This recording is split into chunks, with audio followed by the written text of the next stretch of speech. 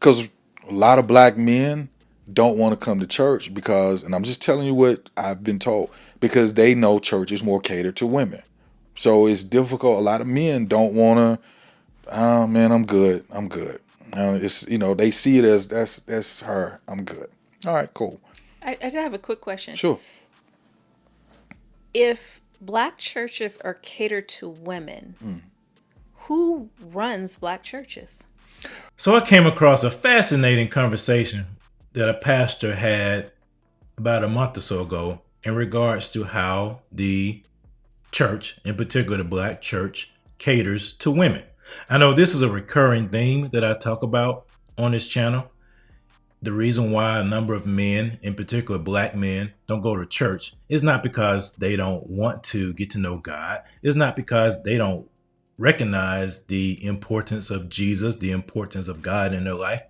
It's because, by and large, most black churches cater to black women. Most churches cater to women. They do. And it's because the women are the ones that are most engaged. The women are the ones that give the most. You have to understand the psyche of most pastors, especially black ones. They want to keep their doors open. So even though we might have a lot of men in leadership positions, their messaging and what they do is catered to women because women are the ones that provide the sustenance of the church. Women are the ones that are there all the time when the doors are open. If you have a prayer call, you're going to be majority women. If you have anything that the pastor wants to do outside of the normal Sunday service, the women will be the ones that will step up first. And so what do most pastors do? They recognize that, and so therefore they make sure to tailor their messages and tailor their presentations to make sure that the women do not get upset. So I've had situations. So I've had this to happen. I've had this happen so many times that no one can say I'm talking about them because this happened too many times to know who I'm talking about. I've had women come to church. They're coming to church by themselves. Okay, coming to church, come up to me, Pastor, I'm trying to get my husband to come, but okay, I'm really, because a lot of black men don't want to come to church because, and I'm just telling you what I've been told, because they know church is more catered to women. So it's difficult. A lot of men don't want to. Oh man, I'm good. I'm good. It's they see it as that's her. I'm good. All right, cool. I do have a quick question. Sure. If black churches are catered to women, who runs black churches? Well, here's the thing. Who's sitting You've got in leadership? you've got more men in the positions, but what I'm telling you, in my opinion, those men still know what they're doing. Like they know the women are giving, they know the messages, they know how to cater the messages to. They're reaching their clientele. So it's the men who are sitting in leadership of Absolutely. these churches that are catering to women. Absolutely. Because the goal is we got to keep these doors open. We got to keep this thing moving. And they know that I got to make these messages women friendly. Okay. I won't say this pastor's name. A few years ago, can I say, should I? Probably not. Okay. So years ago, this pastor, who is well known for a lot of women ministry things, said something that women didn't like. And boy, they went after him. Because it's like, no, you ain't gonna talk about, because he said something, and I forget what he said, but he said something to the effect of women, blah, blah, I don't know, and it didn't go over well. And absolutely, yes, I'm not excusing, let me be clear, I'm not excusing the men. What I'm saying is they know what they're doing. They know that. Trust me when I tell you, as a person who's been a pastor for 20 years, they know.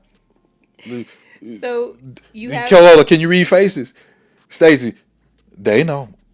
so now you have, when you were a pastor, you have women coming to you asking how did they get their husband into church. So, pastor, they trying to get their husband to church. True stories. Not stories. So finally, they get him to visit. He sees what I'm preaching, because I believe in a lot of, for me, it's kingdom. Hey man, God is, I read something the other day that hit me. It said, when did the church become more about coping than conquering?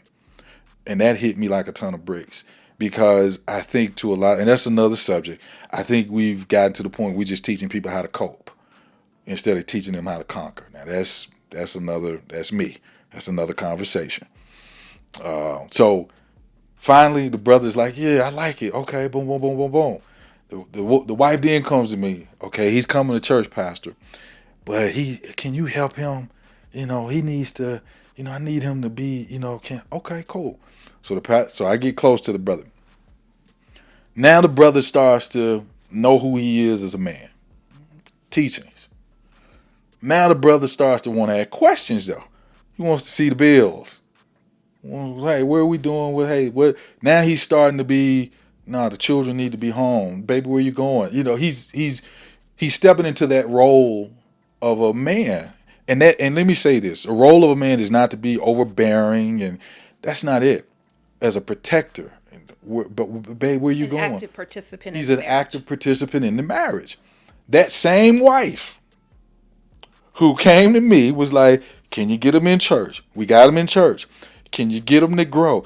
I got him to grow." Now that same wife comes to me, "Oh, we got some problems, Pastor." He asking me, and I didn't want him to step up and be a man. I just wanted him to come to church, stop drinking a little bit, stop hanging out. I just wanted him to come to church and act better. Now he want to ask me where I'm going, and it's like, okay. And that same woman, I'm not making this up. No, you're not. That same woman that begged to get him in church, begged him to step up. Now that same wife has got the family out of the church. I've seen it happen on too many occasions. And I'm sure a lot of you have seen that as well. Let me know in the comments. You see and have heard why pastors cater to women. Why a lot of black churches cater to women. That brings up the question, are churches, in particular black churches, places for men? I think they are. I think they should be. I think they're a place for real men to step up into the roles, to be the provider, to be the priest, to be the shepherd of their homes. That's their responsibility. That's the responsibility of a biblical man.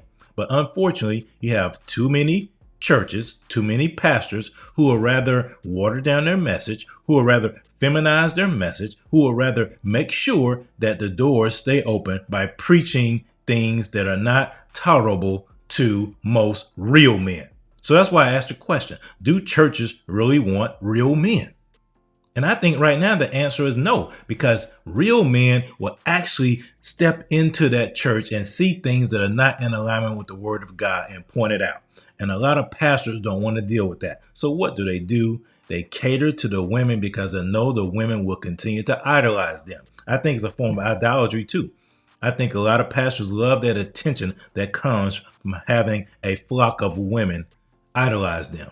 Let me know what you all think in the comments. Because what this does, this makes the woman a victim, it makes the man a victim, it makes the black community continue in a perpetual state of victimhood. He's really talking about these church plant pastors. They are the ones that truly cater their messages and cater what they do to women. It's sad. Sad, sad, sad. It's not the real gospel being preached. We're not victims. We are empowered for greatness.